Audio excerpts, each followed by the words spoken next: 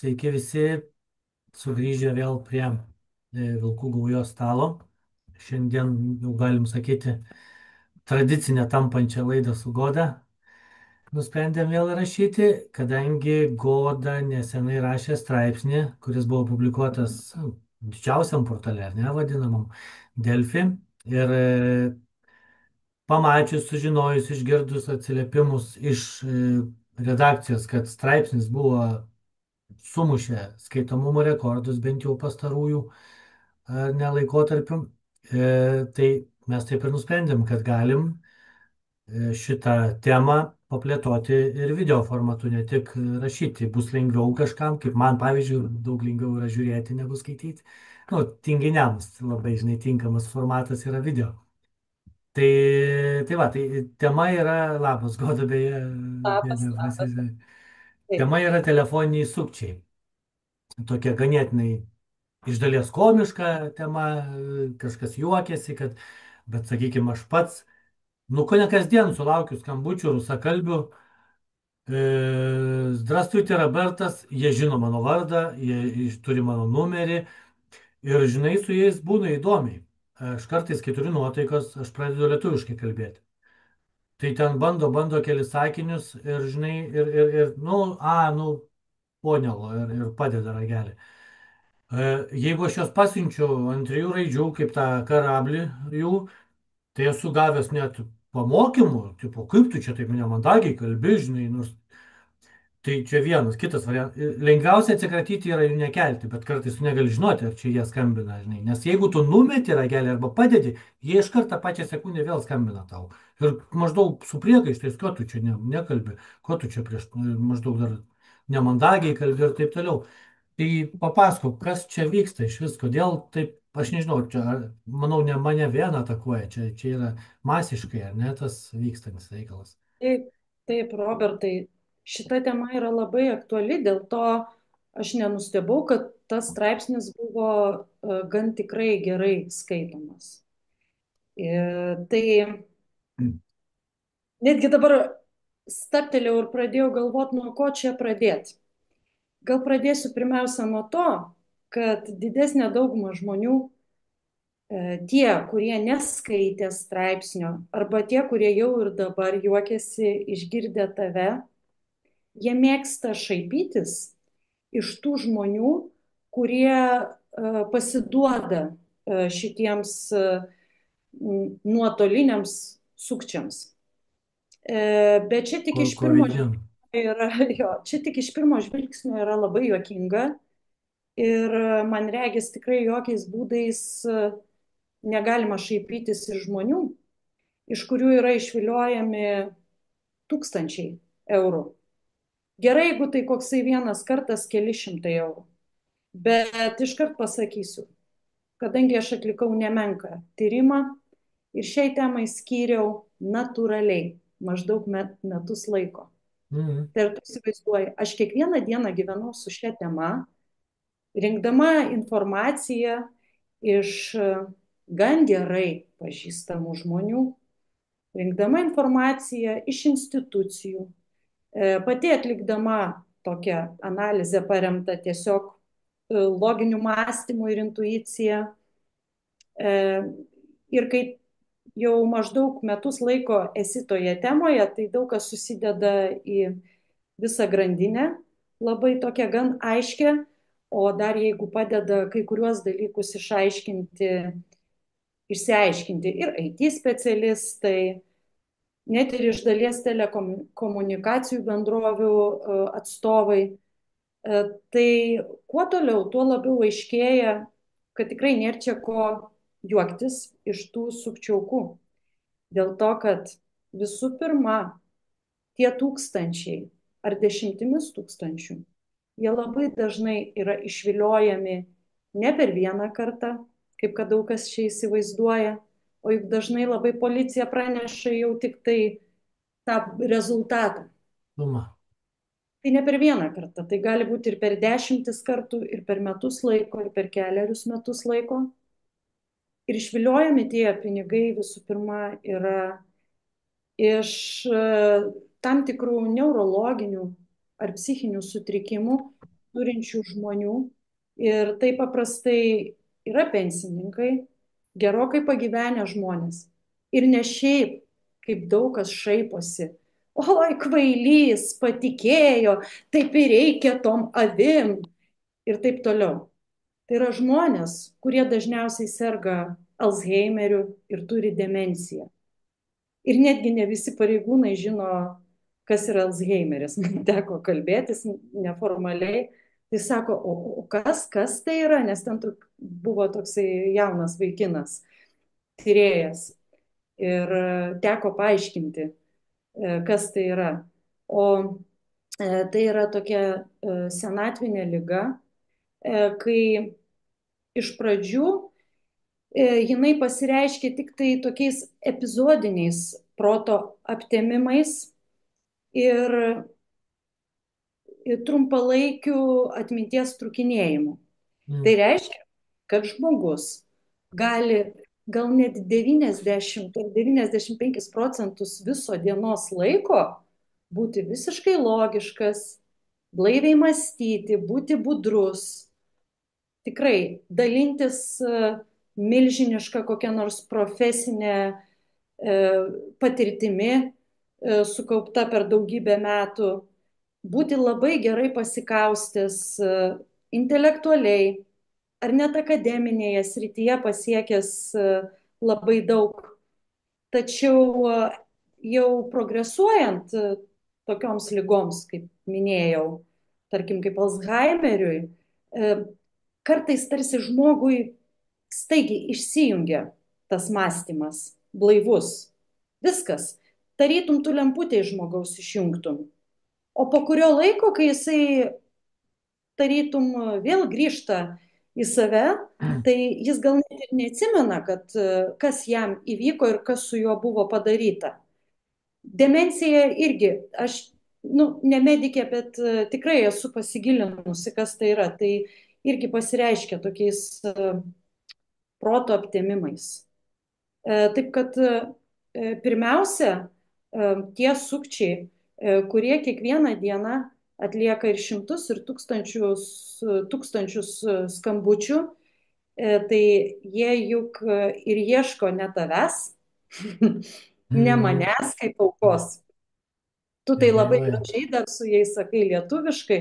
Aš tai jiem išberiu ten tokią tiradą tokių keiksmažodžių, kurie vartojami visai nebloguose festivaliniuose rusų kino filmuose paprastai, Tai trileriuose. kartais, jeigu užtaikys ne tos nuotaikos, tai aš irgi Ir sukraunu aš dar tokia normaliai. kaip įsijaučiu į vaidmenį, tokia tarsi kaip aktorė, kokia būčiau. Tokia isteriška boba ir aš ten jiems taip išpilu, kad viskas ir tiek žinių. Tai va, tai ką noriu pasakyti, jie taikosi ne į tokius, mes nesame jų potenciali auka. Jie tiesiog atsitiktinai mums paskambina. Bet jų aukomis tampa vis tiek žmonės turintys kažkokių sveikatos sutrikimų. Aš girdėjau, net ir yra buvę ten, tarkim, iš mano ten draugų rato, kai jų tėvai jau senoliai irgi buvo papuolę. Bet tik tai po vieną kartą, nes, tarkim, jeigu, kaip minėjau, jeigu žmogus neturi rimtų kažkokių problemų ar ten progresuojančios kokios nors lygos susijusios vat, su smegenų Mm. problemomis, tai jiem paprastai užtenka vienos pamokos. Mm. Jiem užtenka netekti kokio 100 eurų, kad jie padarytų išvadą, kad kitą kartą jau nebepasimaus. Tai vat, aš kaip įsivaizduoju, yra ir žmonių, kurie šiaip turi ir kitokių ten kažkokių rimtų emocinių, psichologinių problemų, kurių pagrindinis bruožas tą momentą, kai jie yra pričiumpami, tas būna toksai kaip absoliutus patiklumas, Mm. pasidavimas įtaigai. Aš netgi sakyčiau, juoktis iš tokių žmonių būtų tas pats, kas juoktis iš žmogaus, kuris tapo čigono gatvėje auka. Aš atsimenu, buvau paauglė ir ėjau su vienu suaugusiu žmogumi prie vadinamosios centrinės universalinės parduotuvės Vilniuje, CUPO. Mhm. Jeigu tu ne Vilnietis, gal ir nežinai. Žinau, žinau. Prieš gerus Prie Balto tilto, ne. žinau. Taip, taip, bet aš turiu omeny, jeigu tu Ai. ne Vilnietis, tu gal nežinai, kad prieš gerus 20-30 metų iš kitos gatvės pusės, kuri buvo vadinamasis Vilniaus Šanchajus, Mhm. ateidavo čigonai, Mhm. dažniau čigonės būreis. Iš Su to, savo iš tomis, to Zoko rajono, ne? taip, su savo tomis Užstatyto. užbūrenčiomis, blizgančiomis skaromis, tais ilgais sijonais. Ir tu įsivaizduok, aš to įvykio niekad nepamiršiu ir kaip supratau, kaip žmonės skirtingai pasiduoda įtaigai. Ta čigonė mums pastojo kelią. Aš norėjau eiti, bet tas žmogus, su kuriuo aš ėjau, jisai sustojo. Ir ta čigonė, jinai nusitaikė į jo plauką. Va tai, va, pakaušį. Nu, ten sako, žiūrėk, rusiškai aišku, sako, žiūrėk, aš tau čia biški plauką pataisysiu. Ir tuo metu, kai jinai taisė jam plauką, jo ranka ėjo iš švarko vidinę kišenę ir jis pradėjo traukti piniginę. Aš tam žmogui trenkiau per ranką, stipriai išsakau, ką tu darai? Ir jisai pabudo. Sakau, einam Mhm. greitai iš čia. Tai kaip galima kaltinti žmogų, jeigu jisai pasidavė įtaigai? Mhm. Hipnozė čia gali sakyti, ne? Taip, tai yra hipnozė. Ir vieni žmonės labiau pasiduoda hipnozijai, kiti mažiau pasiduoda Sako, hipnozijai. nereikia į akis žiūrėti čigonį, ne? Taip, taip, visko gali būti. Bet ten matyti net ir nereikėjo labai stipriai į akis jai pažiūrėti, kad žmogus būtų užburtas. Tai kiek nedaug Mhm. reikia, kad žmogus netektų proto. Mhm. Jis šiaip jau buvo visiškai sveikas. Absoliučiai sveikas, stabilios psichikos, neturėjęs gyvenime jokių psichinių, net ir psichologinių problemų. Tai viena. Antra, tai dabar įsivaizduok, o kaip veikia telefoniniai sukčiai. Tai jie juk praeina labai rimtus apmokymus, kaip irgi padaryti didžiulę įtaigą ir didelį poveikį žmogui. Mhm. Tai man regis, gali būti, kad jie yra apmokami tarsi sektos, tokios pseudo sektos principų. Jie gal ir patys yra užburti tam tikrą prasme, bet lygiai taip pat jie yra apmokomi dar ir savo auką paimti ir Mhm. užburti. Tai aš čia pradėjau labai iš tolo, tai ir norėjau tik tai savo tą pirmąją pastabą apibendrinti, kad žmonės, jūs nesijuokit iš tokių naujienų ir nesišaipykit iš tokių žmonių, kurie buvo apgauti, o darykit tam tikras išvadas. O išvadas darykite tokias, kad jūs patys turite pasirūpinti savo saugumu, savo artimųjų saugumu, turite padėti į nelaimę tokią patekusiems draugams, kaimynams, nežinau, tėvams, vaikams, dėl to, kad drįstų teikti, kad mūsų teisėsauga yra visiškai arba beveik neįgali. Mhm. Bet apie tai gal dar šiek tiek vėliau. Gal trupučiuką galėčiau pasidalinti informaciją apie tai, vat, kodėl Robertai tave suranda, tarkim mane, arba Mhm. kodėl tu matai, kad tau skambina lietuviškas numeris. O tik tai po to išgirsti Zdravstvуйте. O yra taip, kad mūsų telefonų numeriai yra falsifikuojami. Mhm. Tai yra toksai, nežinau, nauja meistrystė įvaldyta skaitmeninėje erdvėje. Kitaip Mhm. tariant, tie nusikaltėliai sugeba padaryti Lietuvoje gyvenančių žmonių, Lietuvoje veikiančių abonentų telefonus klonus, sakykim taip. Ir vieną kartą taip ir buvo, kad man paskambino vyras, bet tiesą sakant, lietuvis. Mm. Ir kai aš atsiliepiau, jis taip net matosi pasimetė, buvo net trumpa pauzė. Ir jis tada sako, na, labai gražiai, mandagiai pasisveikino, sako, laba diena, bet sako, žiūrėkit, aš jums perskambinau. O jūs man neskambinot, sakau, ne, aišku, kad aš jums neskambinau. Jis sako, bet žiūrėkit, iš jūsų numerio man ką tik skambino rusakalbis žmogus. Ir ten buvo jau ne moteris, o vyras. Na tai taip mes išsišnekėjom ir kadangi aš jau kurį laiką buvau įsigilinusi į šitą temą, aš tam žmogui ir paaiškinau. Pasakiau, kad tikrai aš pati skambinti jums negalėjau, jeigu jums paskambino rusakalbis, tai jisai mano tą numerį panaudojo visiškai neteisėtai, praktiškai suklastojęs mano numerį. Mm. Kas įdomu, kad vat, kaip tu irgi pastebėjai, jie labai įkyriai skambina. Man Mm. irgi būna, pavyzdžiui, aš vieną kartą atsiliepiu, juos pasiunčiu, padedu ragelį, matau, tas pats numeris skambina ir aišku, aš jau nebeatsiliepiu, jis tik duoda, duoda, nesustodamas. Tai čia iš tikrųjų, kiek domėjausi, tokiem įkyriem skambučiam, tai jau yra ir pajungtas dirbtinis intelektas. Tai yra tokios irgi skaitmeninės technologijos, kur tiesiog automatiškai Taip, taip. skambina. Net Vis- nebūtinai. Jeigu numesi, tai tą pačią Taip, sekundę tai net kitas nebūtinai numeris. tas kalbėtojas pats rankiniu būdu Taip, vėl čia gims nemanoma. Jo, numerį. jo. Jis turbūt tiesiog sėdi prie kompiuterio ir laukia tiesiog, Laukia. kol dar kartą atsiliepsime. Tai štai. Tai dar kitas man toks būna naivus žmonių patarimas ar pasidalymas tokia savo patirtimi, kad nėra čia ko atsiliepinėti į nepažįstamus skambučius. Tai Mm. skamba labai juokingai. Tai ir tinka galbūt kokiam nors pensininkui, kuris gyvenime jau nieko nebeveikia, kuris į telefono numerį yra įsivedęs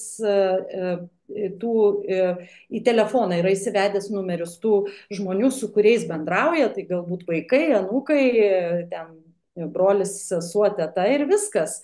Taip, Bet taip. tai kaip žmogus dirbantis, užsiimantis įvairiomis veiklomis, kurios dar gali būti labai ekstravertiškos, kaip jisai gali neatsiliepti į nepažįstamus skambučius. Aš, pavyzdžiui, esu gidė.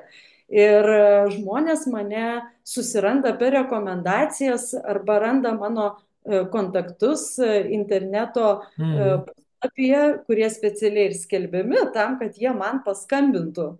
Jeigu jiems kils klausimų, jeigu jie norės užsisakyti ekskursiją, tai kas būtų, jeigu aš neatsiliepčiau į nei vieną skambutį, kuris Žinai, neįtrauktas į žinai. mano telefonų knygą. Bet kas yra Taip, dar taip. įdomiausia, kad tie sukčiai netgi sugeba kai kada atrasti ryšius tarp skirtingų abonentų. Jie netgi sugeba identifikuoti, kas yra įtraukę vieni kitus į savo kontaktus. Tai Mm. reiškia, kad aš galiu matyti, kad tu man skambini ir, o, Robertas, tai atsiliepsiu. Bet paaiškės, kad vat, jie, kaip vėlgi minėjau, jau sufalsifikavę yra tavo numerį ir jie to tik ir laukia, kad atsiliepčiau, gudriai žinodami, kad aš tikrai atsiliepsiu, kadangi tu esi įtrauktas į mano Mm. telefoną knygą ir matyt ne šiaip savo, ne veltui. Tai va, pirmas žingsnis yra skambučiai. Taip pat gali būti siunčiamos ir žinutės. Ir dažnai rusų kalba. Mm. Mes ir kalbam daugiausia dabar, gal ir kalbėkime apie tuos rusakalbius nusikaltėlius, nes jie yra nepalyginamai labiau pažengę ir turi nepalyginamai didesnės galimybės visus čia maustyti, negu kad kažkokie mūsų vietiniai žulikėliai sėdintis kalėjime už grotų ir naudojantis tas lietuviškų numerių SIM korteles. Nu, taip. Štai, Kokią auditoriją turi rusakalbė, taip, ne? kitas žingsnis pasakysi, tai kaip žmogus gali kalbėti rusiškai, jeigu, ne, Lietuvoje mes žinom, kad mūsų vienintelė nacionalinė kalba yra lietuvių kalba. Tie rusakalbiai, veikiantis jau iš tų calling skambučių centrų, jie taip viską puikiai yra apgalvoję, kiekvieną smulkmeną ir jie turi labai daug logiškų pasiteisinimų, kodėl jie kalba rusiškai. Aišku, tam žmogui, kuris prileidžia tokią diskusiją. Tai vat gali būti, kad tas sutrikdytas žmogus, kuriam jau veikia įtaiga, bet jisai, net ir jis bus iki galo nepraradęs budrumo ir vat jam kils įtarimas, o tai kodėl, jeigu paskambino man iš lietuviško numerio, prisistatęs ten kokiu nors labai svarbiu atstovų ten ar konsultantų kokios nors lietuviškos įmonės, kodėl jis kalba rusiškai? Nu, žinok, turi jie genialų atsakymą. Nes jūs anketoje pažymėjote, kad jūs mokate rusų kalbą. Jo, jo, Tai tai vienas vis laik tu esi dalykas. kažkur pildęs kažką, galvoju, Taip, blemba, taip. nu. O ką, taigi kiek daug kas mes juk ir piltom ten ir bankams anketas, o Dieve, kiek mes turim visokių anketų užpildyti, tai o kodėlgi ne? Tai čia net nereikia Mm. turėti kažkokį, nežinau, Alzheimerį ar demenciją, kad patikėtum, jeigu tu moki Taip. tą kalbą. Kad tu galbūt tikrai kažkur pažymėjai, kad tu gali bendrauti rusiškai, bet galbūt negali kiniškai bendrauti. Tai va, kitas labai paprastas yra pasiteisinimas, kad juk aš esu pabėgėlis iš Ukrainos, aš tik Mm. dabar atvažiavau į jūsų šalį, aš dar nespėjau net labas pasakyti jūsų kalba, tai jūs jau man atleiskit, juk mes čia tokie vargšai ir taip Mm. toliau. O trečias būna labai irgi paprastas toksai argumentas, kodėl galima patikėti, kad rusiškai kalbantis žmogus iš tikro galbūt gyvena, tarkim, Vilniuje ir jisai tikrai jau čia nėra kažkoks sukčius. Na taigi Vilnius visada buvo toks ir lenkakalbis, ir rusakalbis miestas. Visada Vilniuje slavų kalbos ir visokie ten dialektai, tuteišų, lenkų, rusų, gudų visada skambėjo aplinkui. Mm. Nebekalbant apie tai, kad visiškai dar neseniai buvo normalu, o dabar jau vėl tampa įprasta, kad meistras, santechnikas, Taksistas. elektrikas irgi nei žodžio nemokės lietuviškai. Viskas, pamirškime tą laikotarpį pirmų 2 dešimtmečių po nepriklausomybės laikų, kai galbūt dar buvo kažkiek gėda rusų kalba šnekėti. Mm. Arba bent jau tie slavai jau šiek tiek buvo tuo metu prisitaikę ir pramokę lietuvių kalbą ir bent jau Stengiasi, jo. stengdavosi, taip, kad ir su akcentu, bet jie tikrai stengdavosi. Tai dabar vėl grįžtame į tą patį buvį sovietmečio, kai visiškai normalu kalbėti rusiškai ir kai jiems atrodo, kad ir tu turi mokėti rusiškai, kaip tu gali nemokėti rusų kalbą. Gal Čia tau tai skamba lenkiškas fenomenas, žinai, Lenkai taip, Anglijoje ateina, su tavim lenkiškai šnekasi, nes tai jie va. vis... Tai va, bet tau, žinai, Robertai, gal ir egzotiškai skamba, tu juk ne portugalas, ne Vilnietis, bet jeigu rimtai, tai Vilniuje nieko tai nestebintų. Mm. Tai štai, tai dabar kuom tie aferistai apsimeta? Tai žinoma, apsimeta viskuo. Aš juos vadinu kriminaliniais artistais.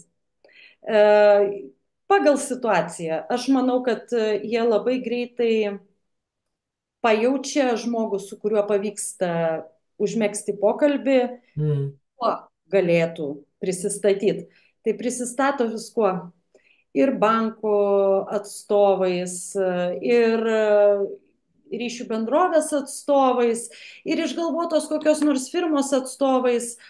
O tada jau žinoma pereina prie svarbiausio tikslo, kaip išvilioti pinigus, kokiu pretekstu. Tai vėlgi, jeigu mes kalbame apie pavedimus bankinius, Mhm. Žinoma, kad jie gali ir sakyti, kad jiem reikia paramos, žinoma, kaip nukentėjusiems nuo karo su Rusija į kokį nors Ukrainos fondą.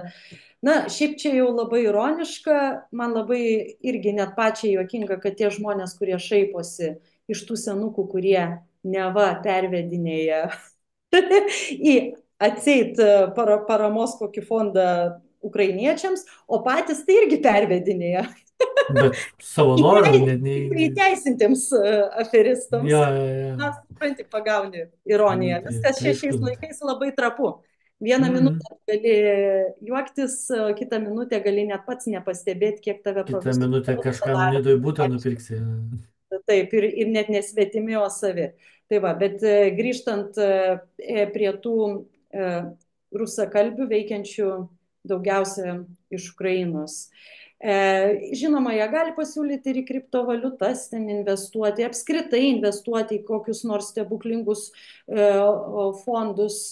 Na, čia begalė pavyzdžių galima. Papildomų uždarbio ten siūlo. O Dieve mano, tikrai taip, žinai, man netgi čia ir labiau ir primena ir dar tuos irgi 90-uosius, kai atsirado tos piramidės Mhm. vadinamosios, Jo, jo, jo. kurios irgi iš esmės priklausė mafijiniams struktūroms ir kaip ten reiškia bobelės pakabinusios liežuvius bėgdavo į kažkokias paskaitas ir joms tų paskaitų metu, pamenė, rodydavo per ekranus jų bosą, kuris va, skraido, žiūrėkit, nuosavų sraigtasparnių ar ten nuosavų džetų, nes va kaip jisai praturtėjo, platindamas ten tuos papildus. Tai va dabar jeigu jūs platinsit juos, tai jūs irgi tai praturtėsit. Tai čia irgi ta pati tokia praktiškai hipnozė. Tik tai Nu, dabar jau, kaip minėjau, kalbame, bent jau kol kas kalbame apie tuos telefoninius, apie tuos nuotolinius sukčius. Tai štai. Na ir tada, jeigu jau žmogus užsikabina, patikė, tai žinoma, jisai pervedinėja pinigus. Ir man iš pradžių taip aš labai naiviai galvojau, kaip taip gali būti, jeigu žmogus perveda pinigus, ne? mhm. Atlieka bankinį pavedimą. Tai gali surasti Tai kamerą. kaip taip įmanoma neišsiaiškinti nusikaltelių, kaip įmanoma tų pinigų neatgauti? Mhm. Lietuva, tuo labiau, kad Lietuva skelbėsi tai viena pažangiausių skaitmeninėse technologijose. Taigi čia Na, pasaulį užkariaut galim su mūsų IT specialistais. Bet schemos yra tokios gan primityvios ir labai paprastos. Ir jos iš esmės skaitmeninėje toje erdvėje niekuo nesiskiria nuo miklių kišenvagių. Kad, žinai, jeigu tau troleibuse iš kišenės kažkas ištrauks piniginę ir laiku išbėgs, pabėgs, durim atsidarius, tai tu ir nepagausi to žmogaus. Tai ten paprastai taip ir yra, kad vat net esu šiek tiek ir susirašiusi tas populiariausias schemas. Pirmas dalykas, tai iš karto jie, kai tik tai gauna pavedimą į lietuvišką sąskaitą, tai jie akimirksniu perveda į užsienio kokią nors sąskaitą. mhm. Viskas. Ir aišku, nei kokios ten ES šalies sąskaita. Viskas. Čia tas pats, kas pinigai nuburbuliavo į Gerai, Turkų. bet tai kažkieno vardu buvo ta sąskaita. Taip, tai, Lietuviška. tai va, kaip įdomu, jie paprastai išnaudoja žmonės, kurie gal net ir patys nėra įsigilinę ir nepajėgus suprasti, kad jie yra išnaudojami. Tai gali Mhm. būti kokie nors socialūs asmenys, kurie viso Mhm. labo turi,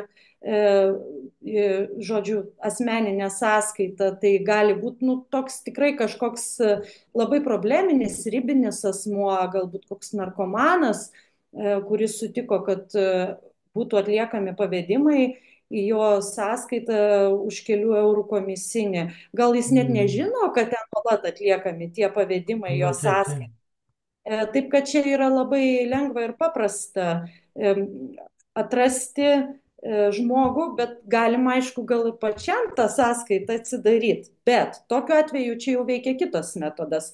Pasirodo, vat, didesniem pinigų sumom paimti, tai ir naudojama tik vienam kartui sąskaitą atidaryti. Mhm. Viskas, jinai po to iš karto uždaroma ir viskas yra kelių minučių žodžiu, e, Bet, atliekama kelių minučių tikslumu.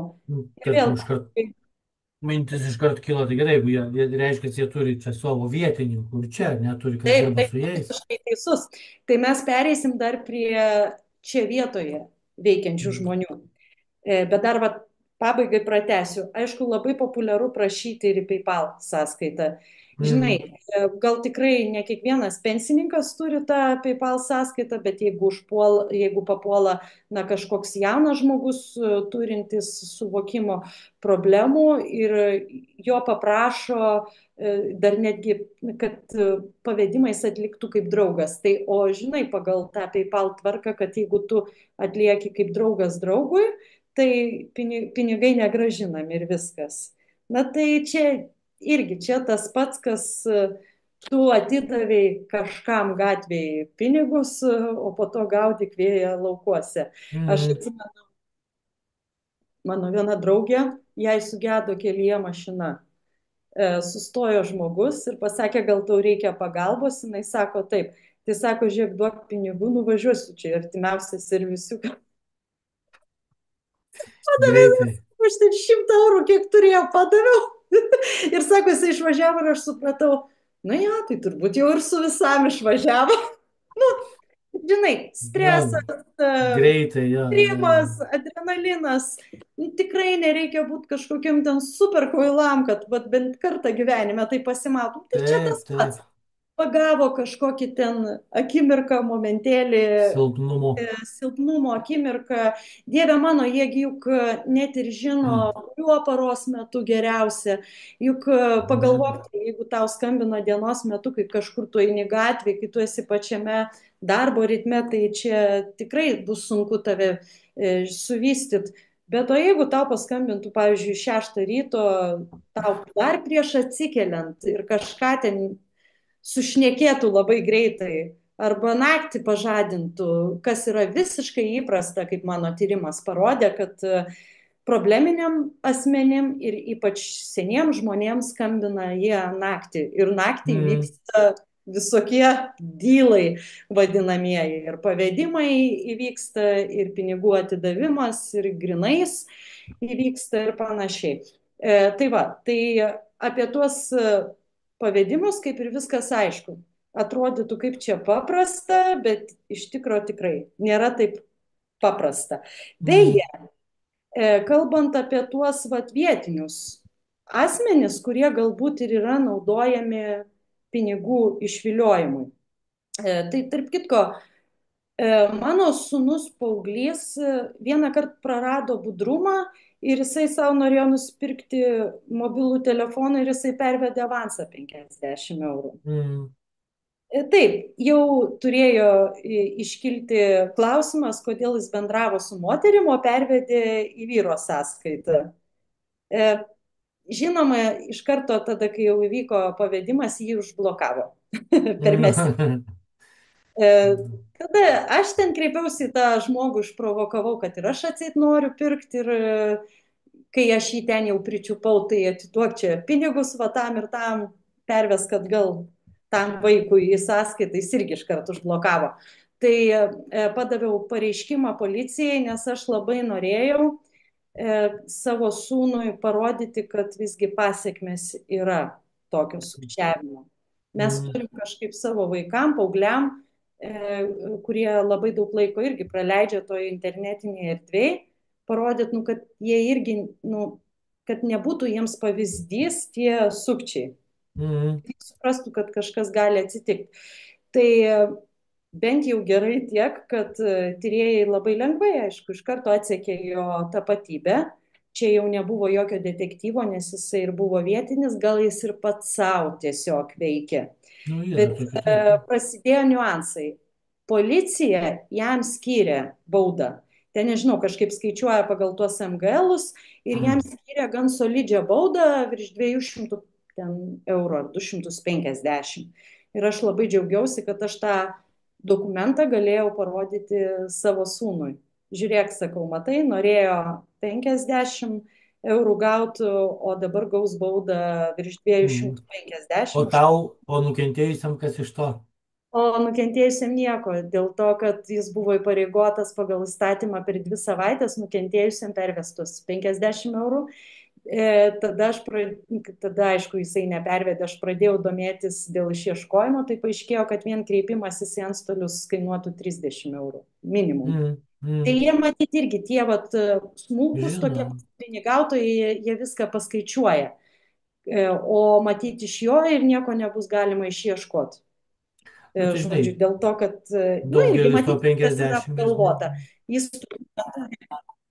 taip, jis matyti savo vardu neturi jokio turto, kas ten žino, kokia yra jo istorija, bet tai greičiausiai taip ir yra, kad jisai, žodžiu, net nesumokės ir valstybei tos baudos virš 200 eurų. Tai va, tai čia tai viskas ir veikia, bet ką aš noriu pasakyti, jeigu tai veikia būtent tie rusakalbiai iš skambinimo centrų, tai jie yra ne pavieniai, jie yra ne kažkokie tenai šiaip mm, pasipinigautojai, jie yra ne tie smulkieji kišenvagiai, o jie priklauso labai rimtam tarptautiniam nusikalstamam tinklui. Ir mhm, kiekvienas iš jų, žinoma, yra kaip sraigtelis to tinklo. Ir netgi tas tinklas yra jau identifikuotas tarptautinėje erdvėje. Tai yra mhm, Milton Group, kurios pagrindinės būstinės veikia Kijeve, Dnipre ir, tarp kitko, Gruzijoje. Tai yra mhm, Tbilisija.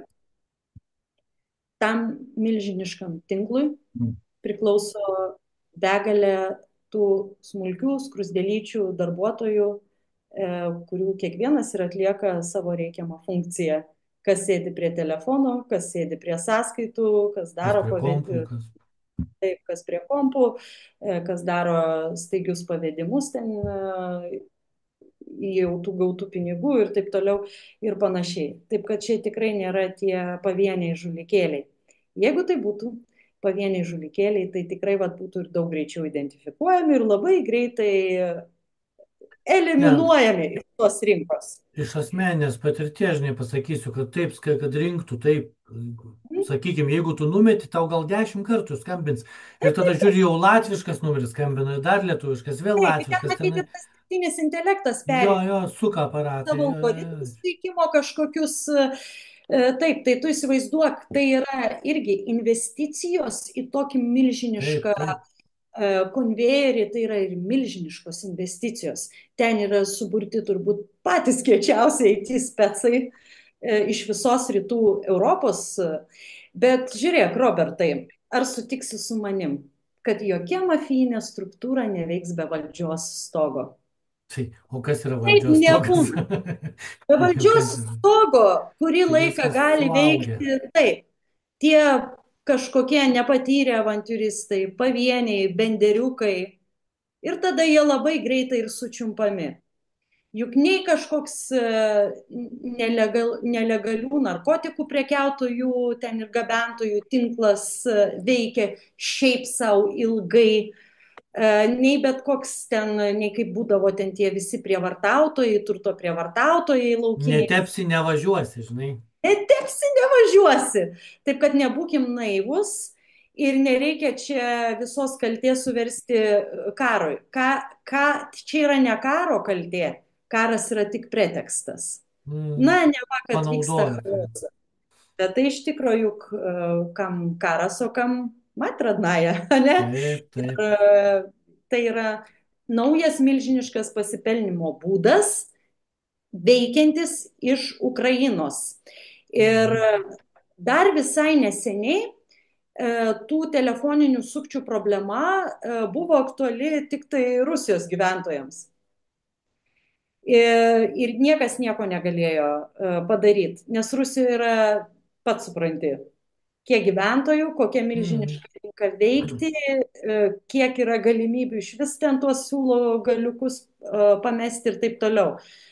Bet dabar jie būtent persimetė ir į kitas Europos šalis. Ir viena iš aktyviausių šalių, į kurias jie yra užmetę tas savo meškeres, tai ir yra Lietuva. O Ir, kaipgi ne? nu, kaipgi ne? Tokie aukotojai, žinai. Tai žinoma, ir aukotojai, ir parama Ukrainai tokia Nu, taip, taip. ne tik finansinė, bet ir moralinė išreiškia. O prie viso to, juk kiek per pastaruosius metus prisileidom visko. Taip, taip, Ir paaiškėjo, bijom mes čia tų musulmonų, gal ir pagristai bijom, nieko nesakau, vat mes jau aptarinėjom irgi kažkada su tavim ir aš su Ugnium Kiguolium tą temą aptarinėjau, musulmonas musulmonui nėra lygus, taip, ne. bet ten grėsmė yra kitokia. Tačiau, sakau, man labai ironiška, bijom tų atvykėlių iš daug tolimesnių šalių, o pasirodo didžiausia grėsmė slypi iš tų vos ne mūsų broliais tapusių Taip, atvykėlių. Tai dabar juokingai va taip kalbėti, perėt, jo. jo, tai va taip Kiek jų perėt. įleido, ne, kai prasidėjo Taip, konfliktas, kiek įvažiavo ir ne vien ukrainiečiai važiavo. Ir atvažiavo masiškai. tie žalieji ir visokie kitokie savo žmogeliukai ir taip toliau. Įvažiavo.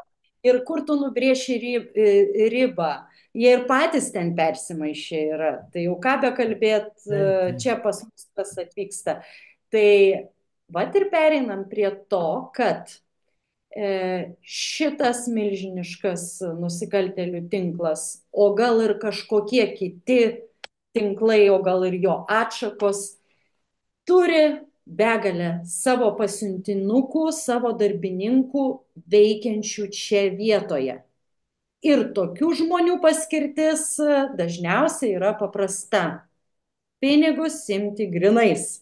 Mm, Nes vis tiek bankiniai pavedimai, na vis tiek jie gali būti tokie limituoti. Kartais, net ir kartais mūsų bankai sustabdo pavedimą. Čia kartais įvyksta toksai būna, stebuklas. Būna, būna nu, iš šimto stebuklų vienas kartas, bet vis kažkam pasiseka. Tai va, tai dabar pereinam ir jau prie teisės saugos. rinkliavos grinaisiais. A, Kaip viskas vyksta?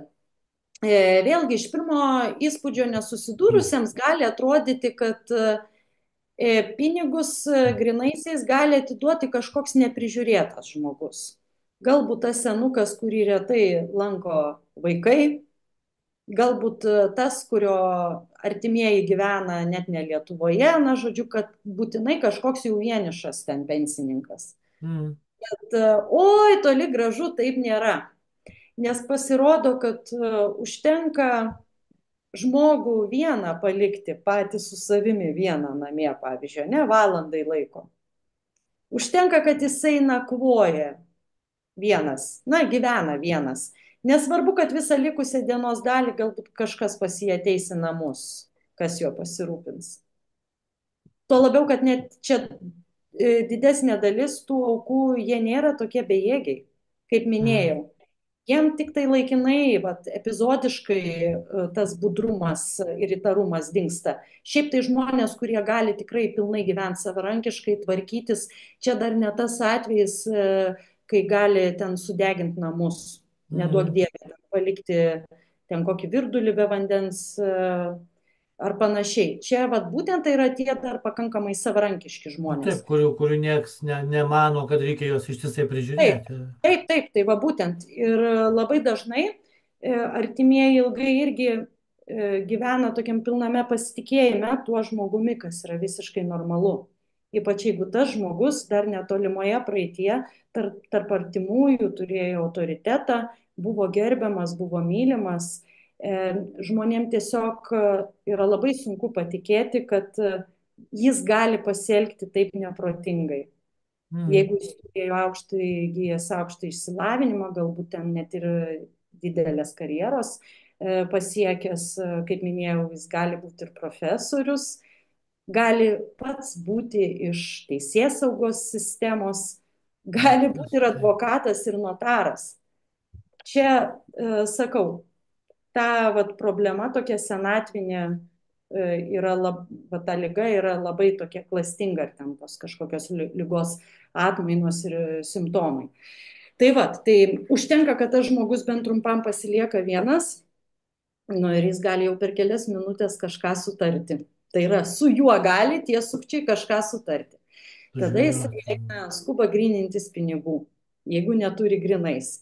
Bet galbūt turi vokelį tenai pilną tų grinų pinigų, nu ir neša juos. Neša prie kažkokio garažo, neša į kažkokią labai net ir viešą vietą. Žodžiu, čia jau priklauso nuo to, ką jie tame žmoguje, kokias silpnybės Mm, išvelgia, atskleidė ir kaip jie mato perspektyvą, kaip jie toliau su juo dorosis. Ir reikia suprasti, kad tas aferistų darbas jis yra labai nuoseklus, labai ilgas. Gali būti, kad viskas prasidėjo nuo tokių testuojamų skambučių. Tai yra, kad tie aferistai žmogų labai ilgai tikrina, mm, su juo kalbėdami. Taip atsiskleidžia, ar žmogus turi kažkokių atminties sutrikimų, ar žmogus gyvena vienas, ar yra taip, kad ištisai kažkas būna šalia jo, ar yra, kad galbūt jį tik tai artimieji aplanko kokį vieną ar porą kartų per dieną, kas yra tikrai visiškai gerai ir normalu. Žodžiu, viską tie nusikaltėliai apie jį išsiaiškina ir tada prasideda, užsiveda melžimo toksai aparatas. Vėlgi jie jau būna ir išsiaiškinę turbūt jo galimybės finansinės. mm, Galbūt taip ir paaiškėja, kad tas žmogus iškart vienu kartu net neš 10 000 eurų, kaip čia daug kas įsivaizduoja. mm, Bet gali būti, kad jie supras, kad jis gali būti labai toks kaip bankomatas, pats tapti bankomatu, kuris ten karts nuo karto atneša po kelias šimtinės. Kad mm, ir tai yra labai puikia taktika, dėl to, kad artimieji labai ilgai neįtarė, kad kažkas vyksta. na, Jeigu tie pinigai nešami nedideliais kiekiais, bet pastoviai. Tai įsivaizduok, infliacija. Na, galbūt padidėjo žmogaus išlaidumas. Juk irgi normalu, kad į senatvę atsiranda kažkokių tokių polinkių, paštrėja kažkokios silpnybės, tai yra visiškai žmogiška. Ir artimieji ilgai kurie gal net ten centas į centą neskaičiuoja to žmogaus, žodžiu, lėšų, išlaidų, jie ilgai ir nesupranta, kad jis kažką pastoviai melžia. Juk tai taip ir normalu, ir ne nežino, kiek jis turi sutaupęs, ar taip, ne galų gale. bet tai ir normalu nesekti artimo savo. Taip, Tai ir taip. yra normalu juo pasitikėti ir nelysti į jo kišenę. Tai, na, aš nežinau, gal ten, jeigu, tarkim, jisai turi, jinai arba jisai turi ten antrąją pusę, tai gal ta antroji pusė labiau pakontroliuotų, o jeigu našlys, pavyzdžiui, o jeigu išsiskyręs, nu Mm, tai negi normalūs vaikai lįs tam žmogui kiekvieną dieną į kišenę ir į sąskaitą ir tikrins, kur ir ką jis išleido, žiūrės čekius ir taip toliau. tikrai. Bet anksčiau ar vėliau ateina tokia diena, kai žmonės pajaučia, pamato, jis pradeda pats skūstis, kad jam atsirado skolų.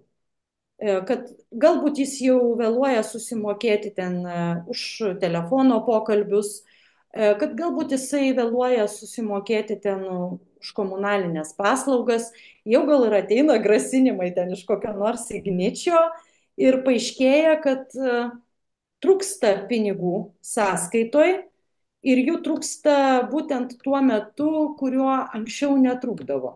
Mm, Ir jų galbūt net trūksta praėjus vos keliom dienom po pensijos gavimo. Va tada galbūt jau ir artimieji pradeda kažką bent jau nesuprasti, kas čia yra. mm, Ir žinoma, jeigu žmonės rūpinasi tuo savo ar tėvu, ar seneliu, ar močiute, ar mama, va tada jie galbūt ir pradės skaičiuoti labiau. Ir jie tada atseks, kad buvo padaryta labai daug išsigryninimų, nes bet jau, ataskaitoje bus parodyta. bet jau laivas bus nuplaukęs. Laivas bus nuplaukęs. Bet tai dar ne viskas. Jie tokie pasijaus pasiekę kažkokią pergalę. O, išsiaiškinom. Dabar tai jau viskas baigsis. nes mes viską žinom. Nieko panašaus. Nieko panašaus. Va čia va irgi sukčiai tai irgi puikiai žino, kad artimieji kurį laiką bus pasinėrę į iliuziją, kad kadangi jie sužinojo, Mhm. tai galbūt jie pamokys tą savo artimą žmogų, kaip nesielgti ir jis jau taip nebesielgs. Ir aišku, kitą dieną vėl tas pats. Ir ratelis toliau sukasi labai gausiai patepamas. Tai tuomet jau prasideda galvojimas, kaip su tuo kovoti. Tai va čia va yra jau naujas temos blokas. Mhm. Kaip sukčiams, kaip nusikaltėliams užkirsti kelią iššifravus, kad žmogus kažkam pastoviai neša pinigus. Tarp kitko, gali nešti pinigus neva namo pirmininkui. Mhm. Atseit už ten kokį nors būsimą namo renovaciją. Ir kai tu paklausi to žmogaus, o kodėl tu neši grinais, jeigu šiais laikais tos rinkliavos yra visiškai oficialios, yra netgi banko pavedimuose atskira eilutė. Ir jeigu jau reikia dar kažkokių papildomų lėšų, tai ne tik atsiunčiami ten ir laiškai, ne tik rengiami susirinkimai, bet tai jau nebekalbant, kad aišku ir reikia pervesti banko sąskaitą ir taip toliau. Ir Taip, tada taip. būna puikus paaiškinimas. Man sakė, kad tai bus pigiau, nes Mhm. dirbs pirmininko draugai, Nu, darbininkai. nu, jo, jo, jo, čia. Nu, juk kaip viskas paprasta, nelegaliai. Tai va, tai kai artimieji iššifruoja, kad jau žmogus yra maustomas ir mulkinamas kurį laiką, tada va jau pradedi galvoti, ką čia gali padaryti. Tai kol kas dabar aš gal policijos temą paliksiu jau kaip pačiam paskutiniam akcentui. Tai dabar įsivaizduokim, kad policijos nėra arba kad niekas nepavyksta su jos Kaip, pagalba. kaip Taip, kad ir, tai va, kaip taip, kad ir kaip yra. kovoti. Kaip kovoti. Aš tikrai labai daug išnagrinėjau metodų iš asmeninės žmonių patirties. Ir yra metodų, kurie daugam iš pirmo žvilgsnio atrodo labai būtų patikimi. Ir net ir tau tokia kiltų mintis, jeigu tu su tuo nesi susidūręs. Mhm. Pirmas dalykas, dažniausiai žmonės sulaukia patarimo. Tai pakeiskit telefono numerį. Pakeiskit. Tai iš tikrųjų absoliučiai neveikia. Net nereikia gaišti laiko tam. Dėl to, kad tą pačią dieną arba pačiu blogiausiu atveju kitą dieną prisiskambins, jie vis tiek tau prisiskambins. Jei ne tie patys, tai jau kiti.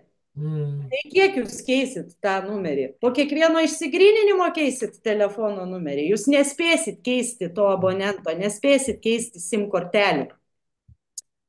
Labai naivu galvoti, kad galbūt ir nepakenktų persikraustyti kitur gyventi tam žmogui. Mhm. Esmė yra tame, kad sukčiai arba turi telefoną jau ir tada sužino, kur jisai gyvena, arba jie jau turi informaciją apie jo gyvenamąjį adresą. Tai kai tik tai jie pamato, kad jau tuo telefonu nebegalima prisiskambinti, tai jie jau prisistato prie žmogaus durų, kuo tik nori apsimetę. Galbūt kažkokių anketų tenai surinkėjai, galbūt ten irgi bendrijos Parašų rinkėjai. atstovai. Gal aš naujas kaimynas, tai kaimynėlį, koks tavo vardas, pavardė, ar galėtum dar užrašyti savo telefono numerį? Viskas. Tai yra taip paprasta, tai yra taip primityvu, taip kad žmonės negaiškit laiko, kaitoliodami ten telefono numerius ir tuo labiau ten bandydami perkraustyti tą auką gyventi kitur. Tai visiškai nepadės. Absoliučiai. Kas patiems artimiesiems šiek tiek padeda. Turiu omeny Tas būdas, jisai jokiais būdais neatbaido aferistų nuo aukos, bet artimiesiems padeda kažkaip greičiau viską tvarkyti, Mm. susigaudyti, organizuoti, tai yra pilnas įgaliojimas. Mm. Reikia, kad tas artimas žmogus sutiktų pilnam įgaliojimui pas notarą. Bet taip paprastai, kadangi į tą pilną įgaliojimą įeina ir to žmogaus rūpinimasis, to žmogaus sveikata, būtent informacijos gavimas iš gydymo įstaigų, apskritai bendravimas su bet kokiom institucijom, tai šiaip žmogus turėtų duoti pilną įgaliojimą savo Mm. artimiesiems. Ir jeigu jis sutinka ir duoda tą pilną įgaliojimą, tai tada labai pagreitina tokius visokius procesus, kai artimieji bando aiškintis kažką. Tada jie gali žymiai greičiau be to žmogaus žinios prisiskambinti, vat būtent telekomunikacijų bendroviai, bankui, dar kažkokiom kitom įstaigom ir gali, turėdami tą įrankį veikti to žmogaus vardu, Mm. jau daryti bent kažkokius minimalius barjerus. Kas yra labai paprasta, kas nekainuoja jokių pastangų ir tikrai pakankamai efektyvu. Tai pavyzdžiui, tiesiog bent jau pradėti nuo to, kad žinoma, ten išjungti roamingą ir iš vis išjungti paslaugas, kurios gali būti mokamos. Mm. Nes aferistai jau nusitaikė į tą auką ir jį atakuojantis, auką atakuojantis iš visų pusių, jie dar ir kitą metodą taiko, jie paprašo jiems perskambinti. Žmogus Mm. galvoja, kad čia skambina į kažkokią įmonę, o po to pasirodo jis kalbėjo padidintais tarifais, prakalbėjo gal valandą, o atėjo sąskaita ten ir 500 eurų ir taip toliau. Tai va, tai labai paprasta yra tiesiog kiek įmanoma vat, nuimti tų mokamų paslaugų, tada Mm. kažkas tada negalės perskambinti tais padidintais tarifais, jau yra gerai. Bet vis tiek išlieka aferistų, vis tiek išlieka ta grėsmė. Niekur jinai nedingsta.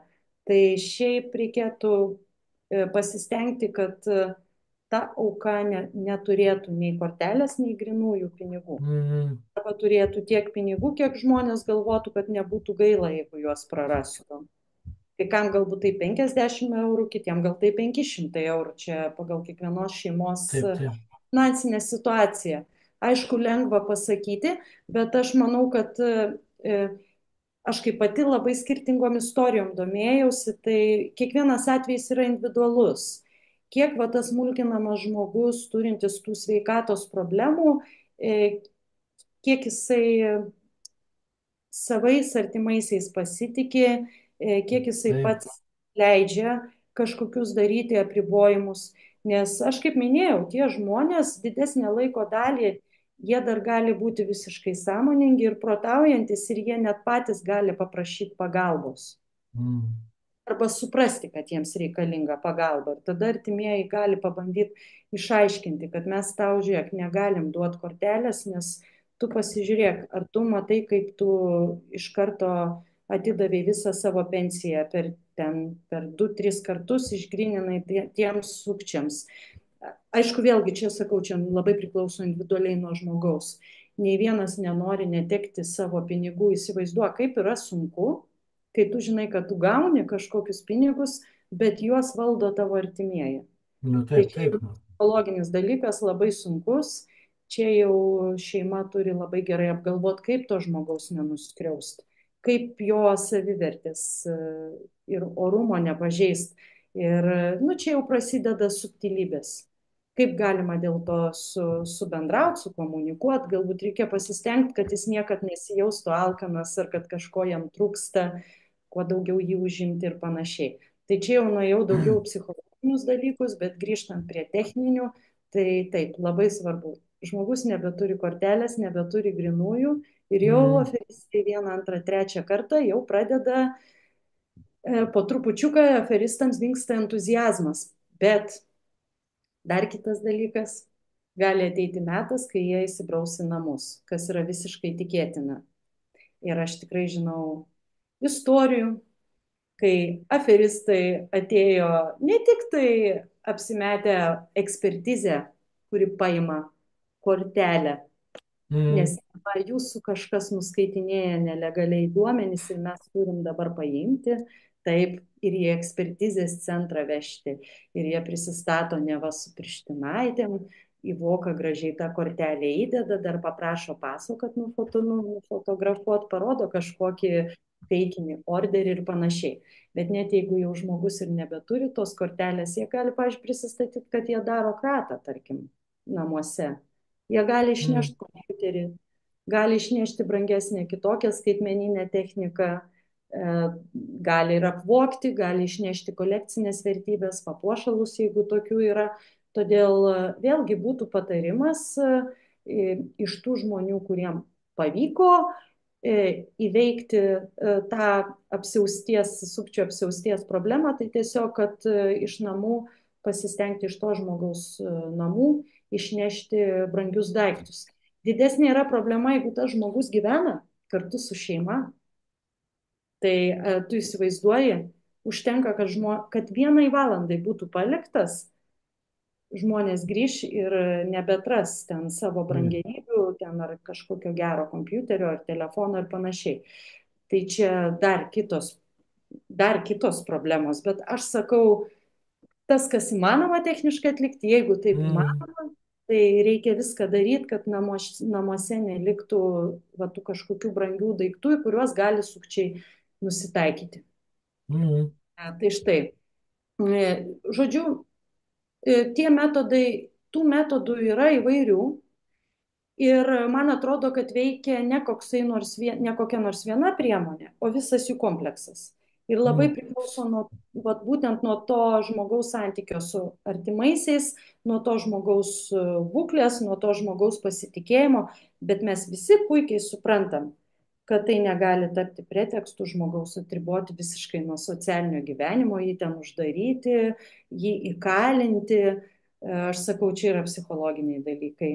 Tam reikia tiesiog apžaisti kažkaip psichologiškai, vis tiek palikti žmogų komfortą kiek įmanoma, gyventi, džiaugtis tuo gyvenimu, tik tai panaikinti tas, žodžiu, tiesius galimybės. kelius bent jau, kad nebūtų tiesaus kelio sukčiams, kad jeigu sukčiai norėtų, tai kad turėtų labiau padirbėti. Aišku, labai verta pasalas daryti, bet tik tai tokiu atveju, jeigu pareigūnai reaguoja. Nu, Šiaip teko tikrai skaityti ir čia Lietuvoje tokių gerai pasibaigusių istorijų. Aš labai noriu tikėti, kad tai nėra viešųjų ryšių triukas.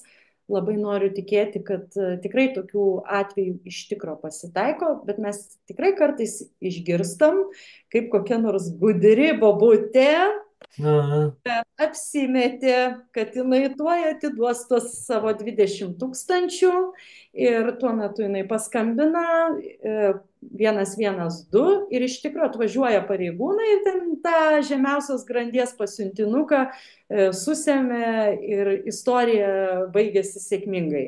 mm, Bet tiesą sakant, ne visus tokios sėkmės istorijos aplanko.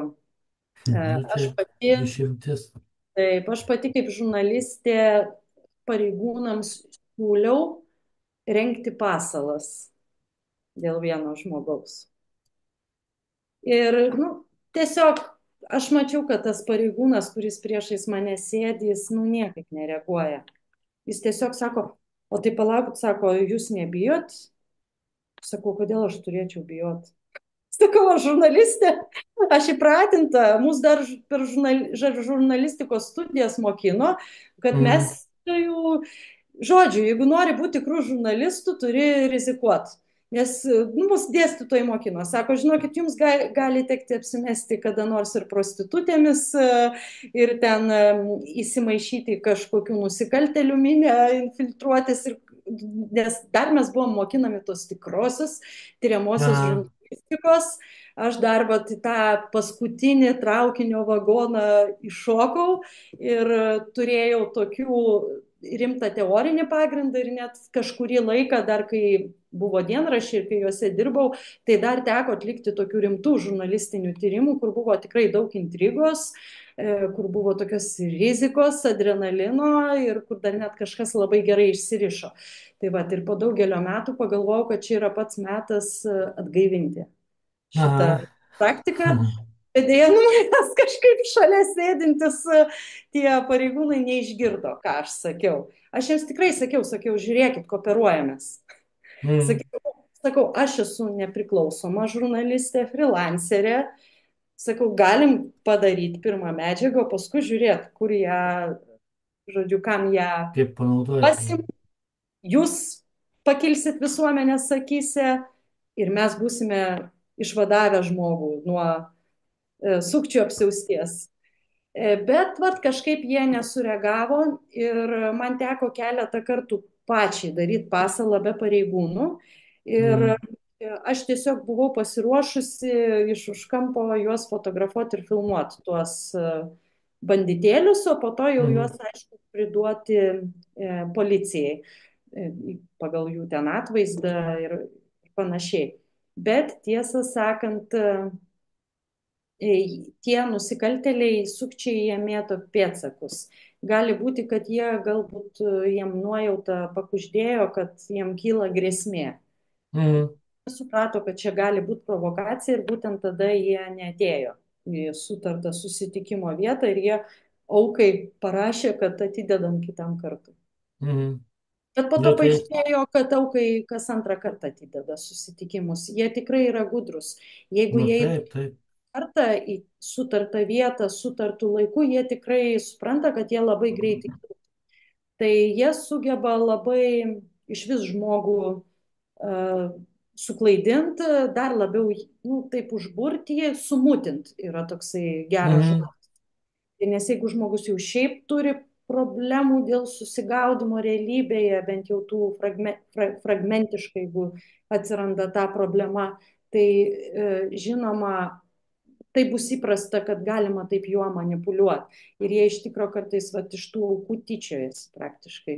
Pavyzdžiui, jie prisistato banko atstovais ir pažada, kad tam žmogui bus padaryta nauja kortelė banko. mm, Tada paskambina ir sako, ateikit pasimti naują banko kortelę ten prie garažo, tokio ir tokio.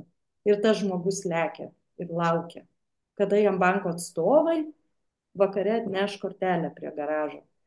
Tai tu įsivaizduok, tai jie čia, sakau, irgi taip protestuoja tą žmogų, bet mm. kartu ir netėję jie sumėto pėdsakus. Bet kitą kartą galbūt jie jau Nu, ateis kartais paslysta, jo, žinai, visiems. ruošis jo Ir atnešti. ką, ir apie teisėsaugą pakalbėkime. Apie, Tai va, tai mes ir perėjom taip natūraliai prie teisėsaugos. Tai ką noriu pasakyti, kad nereikia dėti labai daug vilčių, kad jums teisėsauga padės.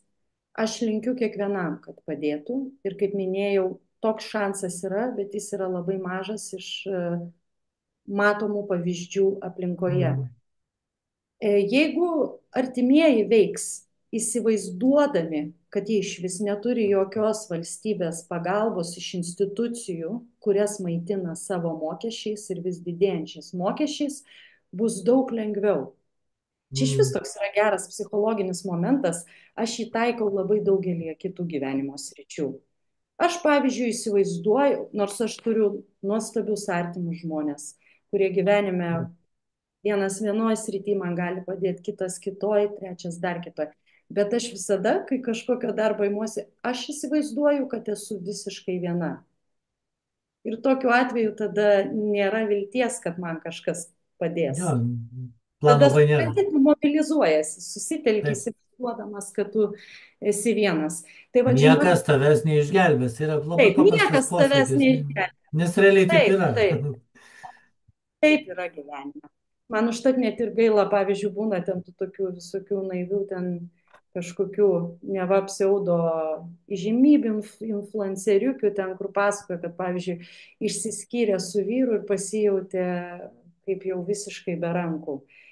Kad jinai pasirodo nemoka nei skaitliuko rodmenų pati nuimti, kad pati negali vaikų nuvežti į darželį, kad kaip jai sunku, tai aš tada galvoju, o Dieve mano, tai kur tu buvai anksčiau? Mm. Kur tu buvai Debesyse, anksčiau? Taip, debesyse. visus įrankius. tas galimybės pati viską daryti ir tau tada tos skyrybos būtų paskutiniai lentynai. Gal jų Nu, ir žinai, nebūtų, gal jeigu nežinau, būtum gal nepriklausomas jų ir žmogus. nebūtų, o gal per skyrybas net ir džiaugtumės, atsikračius kažkokio Taip, taip, nereikalingo balasto.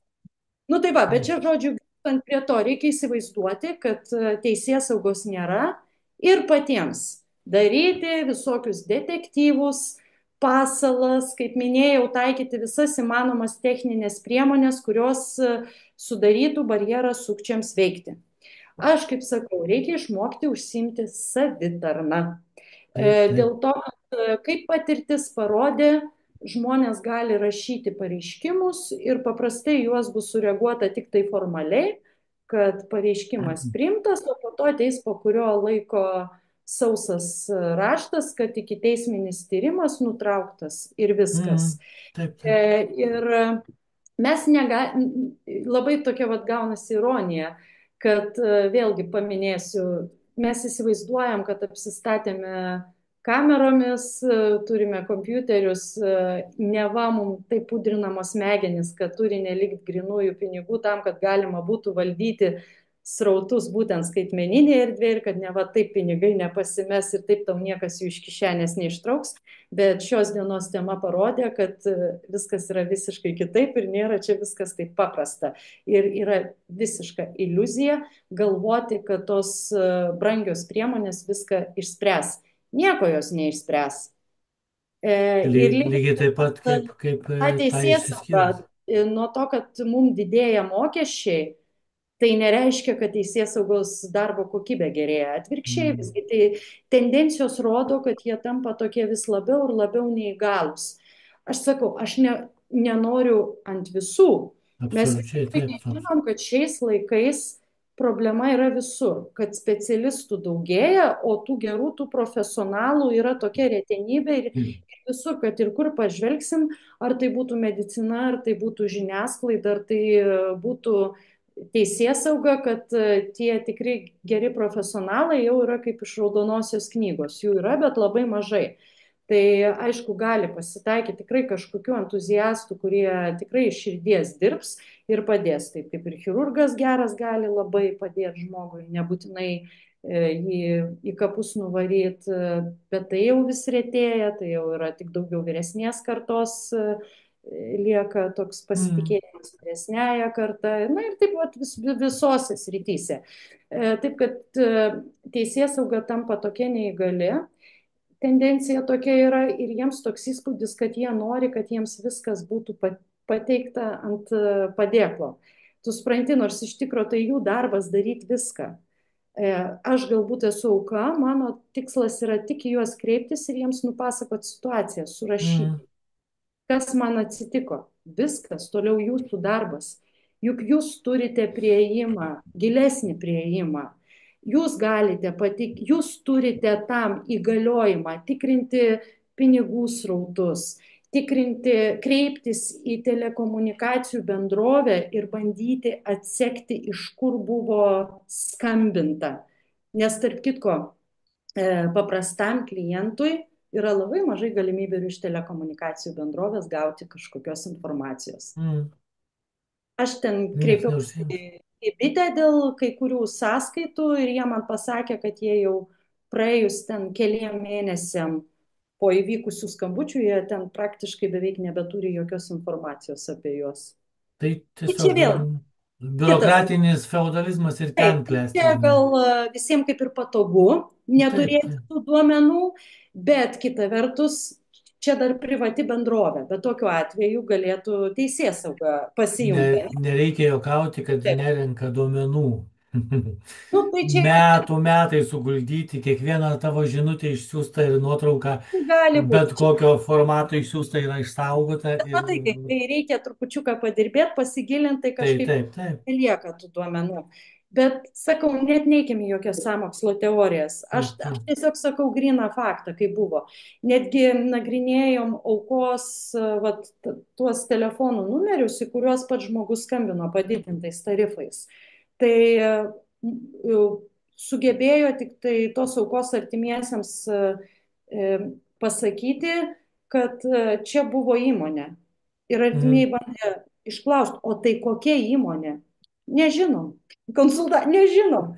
Ar tai įmonė Lietuvoje veikianti, ar jinai veikianti Ukrainoje, ar Zimbabvėje, ne, niekas nieko nežino. Nu, Na, tai čia toks irgi akibrokštas, bet sakau, kita vertus, juk tam yra teisėsauga, jau tikrai paskutinė instancija, jie turi visus įgaliojimus, jų IT specialistai tada gali gilintis jau į tą skambučių istoriją.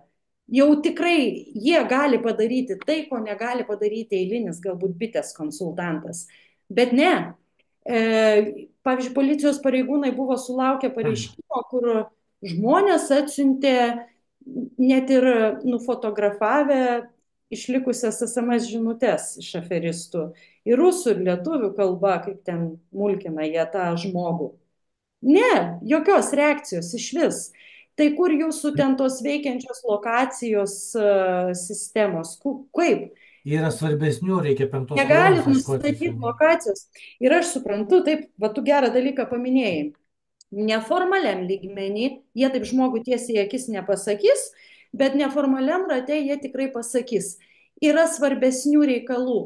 Čia nebuvo tokia milžiniška suma, dėl Čia net kurios ne pavojus tėviniai. jo, nepavojus tėvynė. Bet žinai, aš tau pasakysiu, tai yra toks, toks trumparegiškas požiūris, toks siauraprotiškas požiūris. Taigi juk tie patys pasiuntinukai po 100 euriukų gali būti susirinkę iš, nežinau, ar iš 20, gal iš 200 žmonių. Tai ar tai nėra didelis mastas? Ar Mm. tai nėra didelis mastas, jeigu toliau paliekama galimybė tiem banditėliam siautėt? Ja, Ir tai žinai. man kas baisiausia, aš sakau, kad koks pavyzdys yra rodomas jaunimui.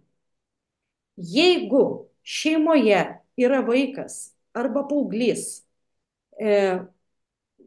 kuris mato visą tą istoriją ir jis, tarkim, irgi mato, kaip jo ten mylimą močiutę, pavyzdžiui, apgaudinėja sukčiai. Jisai girdi pokalbius, jis dalyvauja tose šeimos istorijose ir tuose Mm. detektyvuose, ne? Visi nori močiutei padėti. Jis žino, kad šeima pastoviai rašo pareiškimus. Ir nei vienas pareiškimas nesulaukia reakcijos, Atsako. atsako.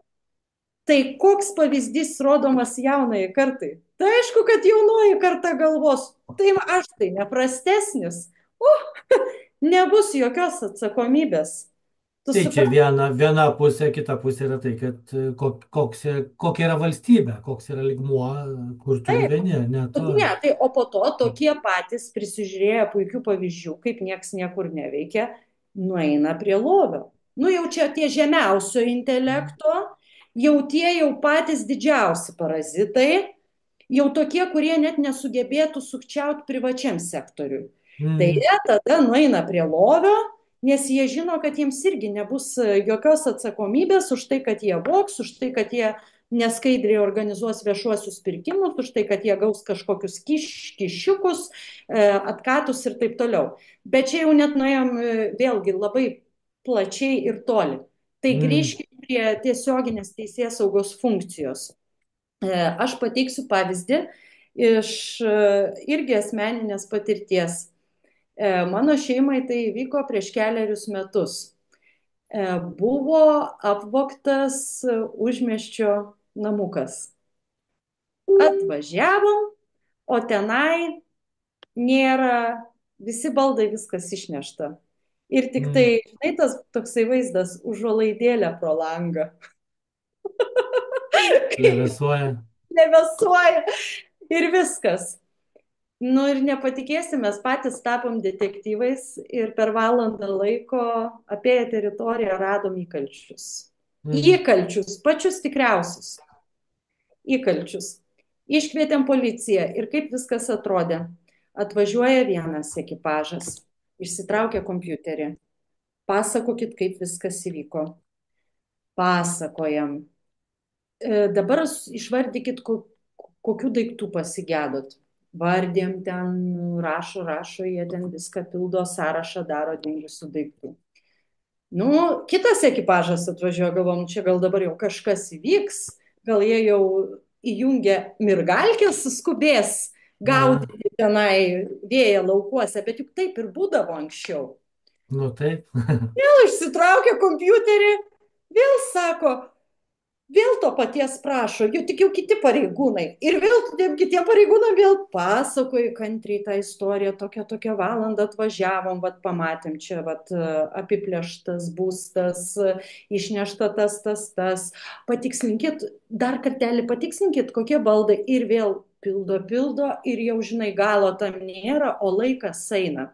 Ir kai mes tiem pareigūnam, kurie ten gal tikrino pirštų anspaudus, parodėm įkaltį, jau turimą įkaltį. Ten labai toks buvo paprastas materialus įkaltis. Daiktas. Mhm. Nu, žodžiu, žioplį buvo, žioplė. Mhm. O vagis. Ir jisai sako, tai čia jūs gal prisižiūrėję Kobra 11, taip gyvenime ne. Sakom, bet Mhm. jūs galit priimti šitą įkaltį ir patikrinti, ar tai tiesa ar ne. Mes tai žinom jau 100%, nes mes Mhm. anksčiau patikrinom juos. Tai jie dar kažką raukėsi, dar jam čia kilo kažkokių Nepatenkintų. nepasitikėjimas. Čia vos ne, kad mes išsigalvojam. Tai šiaip ne taip, jie pripažino, kad kad galima identifikuoti labai lengvai tuos nusikaltelius. Mhm. Jau kai jie tai pripažino, mes galvojom, kad jie dabar ir vyks pas juos į namus. Nu, nes jie pasakė, jie čia Lietuvoje gyvena. Aišku, jie negalėjo pasakyti adreso, vardo, pavardės, bet jie pasakė, tai čia netoli, jie čia ir gyvena. Ir mes galvom, kad jie nuvažiuos per pusvalandį laiko ir jie juos Jo, jo. susems. Nepatikėsi, Robertai, viena diena praėjo, jokių žinių. Kita diena praėjo, mes pradėjom skambinti. Tai klausykit, sakom, sakom, aš jiems sakau, klausykit, sakau, aš turėčiau tokį galiojimą kaip jūs, aš jau dabar liepčiau kratą. Ta prasme, sakau, ar jūs suvokėt, kad jie per kelias dienas galėjo Nu, jau pasitraukti taip. pasaulio kraštą? Ir genialus buvo pareigūnės pasiūlymas, toks kaip boto, kaip roboto. Tai gal žiūrėkit, tai jeigu jums kyla mintis, kad jie galėjo jau išvykti už Lietuvos ribų, jūs gal pradėkit skelbimuose ieškoti savo tų daiktų, parduodamuose gal įbėjuje kažkur. Nu, pasidarykit patys, vienu Ne, žodžiu. nu, nu, mandagiai, aš taip patilėjau, aš tokiam ir šokė buvau nuo tokio patarimo, nes nu, man jis pasirodė taip visiškai ne į temą. Tai, nu, jau, žodžiu, teko tikrai ir prieš juos balsą pakelti ir juos priverst vykti pas nusikaltelius į namus, kai mes jiems įkalčius atnešėm. Tiesioginė šio žodžio prasme į nasrus. Tai buvo laiminga pabaiga, nes tie nusikaltėliai jie ir nepasiplovė per tas kelias dienas kitur ir ten jų namuose tuos visus daiktus ir aptiko, tai buvo labai taip naivu, toks istorija kaip bukas ir bukesnis, tai mums Jo. taip pasisekė. Bet aš noriu pasakyti, kad žmogus pats padaro visą detektyvą, pats Mhm. surenka įrodymus ir jie vis tiek dar net neskuba. Tai kaip tu gali įsivaizduoti, ar jie skubėtų kažkur neturėdami jokių įrodymų. Ne, Baigės tai. tie, čia iš tikro nebe Kobra 11 laikai, baigės tie laikai, kai jie galėtų iš tikro kažką susekti, naudodami tam tikrus kriminalistikoje naudojamus metodus. Leiskit, jeigu mano šitas požiūris nesutampa su kažkieno geresnė patirtimi. Tada aš galiu tik tai paploti dar tiem pareigūnam, kurie vis dar pajėgus atlikti Kurie savo tiesioginį darbą. Ir tikrai kartais, kaip minėjau, tenka optimistinių istorijų išgirsti, bet tai yra retenybė. Tai išimtis. Jo. vėlgi kita istorija iš labai artimos aplinkos, iš giminių rato. Vienas žmogus irgi buvo pagristai įtariama, buvo pagrobtas. Pagrobtas! Naudojantis jo irgi senatvinėmis problemomis. Mm. Nu, žinokit, artimieji tą žmogų atsijėmė patys, grinai patys virtę detektyvais. Nes O kiek čia kartų, išpirkos prašė, ta prasme. ne, čia buvo kita istorija, rimtesnė Mm. istorija. Tai irgi buvo žmogus paimtas tam, kad būtų naudojamasi jo pensija, jo Mm, pinigais, kad jis būtų vežamas. Kaip yra Karpavičiaus byla buvo garsioji, kur Lietuvos rytas atliko labai gerą tyrimą. Bet ten milijonieriaus byla. Tai čia mm, mhm. lygiai tokia pati istorija, kai moteris pasiima e, solidaus amžiaus vyrą ir netiduoda artimiesiems. Tik tai čia nepalyginamai mažesni lėšų Našta. palikimo mastai, nepalyginamai mažesni. Viskas ten tik dėl vieno buto, vieno garažo ir geros pensijos. Mm, Tai taip artimieji nekartą kreipėsi į policiją, sakė, kad žmogus pagrobtas. Policija paskambindavo tam žmogui, su juo susisiekdavo ir kadangi tas žmogus būtų, nu, nelabai jau susigaudantis aplinkoje, pasakydavo, kad man viskas gerai. Ir jie tada atskambindavo artimiesiems ir pasakydavo, jis mums sakė, kad jam viskas gerai. mm.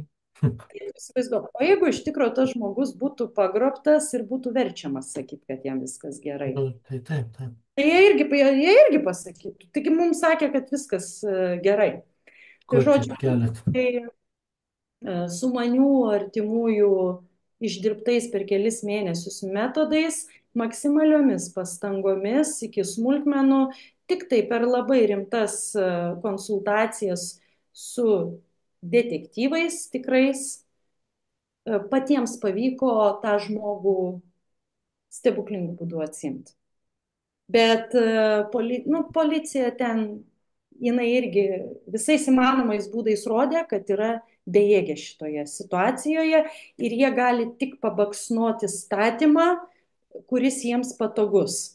Nu, Bet taip, taip. tuo tarpu jie gali ignoruoti galbūt kitą įstatymą ir tam tikras aplinkybės, kurios turėtų priversti juos dirbti. Tai tendencija liūdna.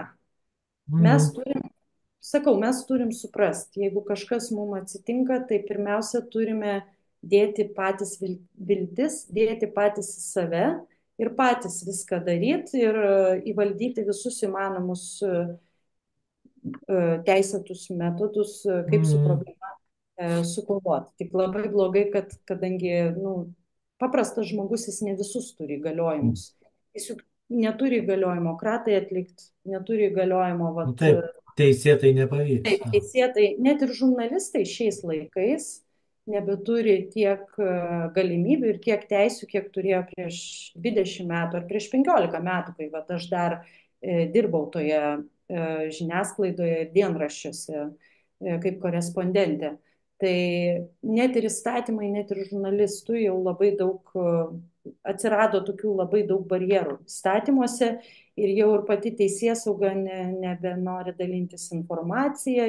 Supranti, kaip visiems yra patogu nieko nedaryti. Nu, tai, jo, tai, žinai, tai aš tai skaitau, kad aš kaip sąmokslo teoretikas, žinai, tai yra tyčia daroma nusivylimas valstybė, jūs visi išvažiuokit, kam dar nepatinka, o mes čia toliau tvarkysimės, kaip mums reikia, biurokratinį aparatą išplėsim, jis Taip, mūsų išrinks į valdžią, nes biurokratai renka iš taip. esmės politikus ir jie suksis, tu tau nepatinka, galite išsirinkti kitus arba išvažiuoti, žinai.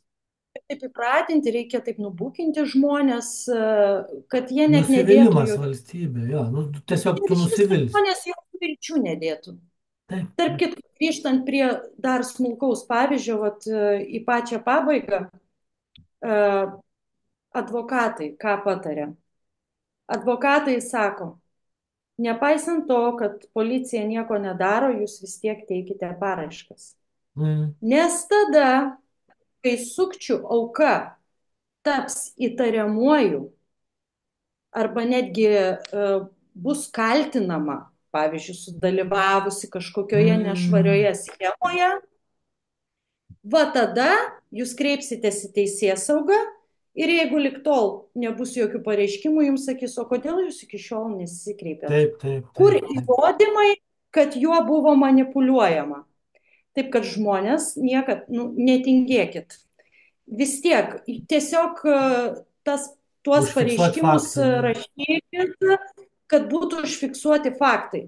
Nes žiūrėkit, grįžtant prie tų konkrečių sukčių, Jeigu jie ateina į namus ir, kaip minėjau, jie apsimeta pareigūnais, jie paprašo ten, tarkim, paso duomenų ir naivus žmogus atkiša pasą, jie pasidaro paso nuotrauką. Tai ar Mm, įsivaizduoji, kiek galimybių jiem atsiveria? Ten turbūt ir kredito įstaigos, ir nebūtinai Lietuvoje, ir nebūtinai Europos Sąjungoje. Ir to žmogaus vardu gali įvykti labai daug dalykų. Jis gali pats nežinodamas tapti kažkokią machinacijų dalyvių, nebekalbant apie tai, kad jis gali pasirašyti skolos raštelį.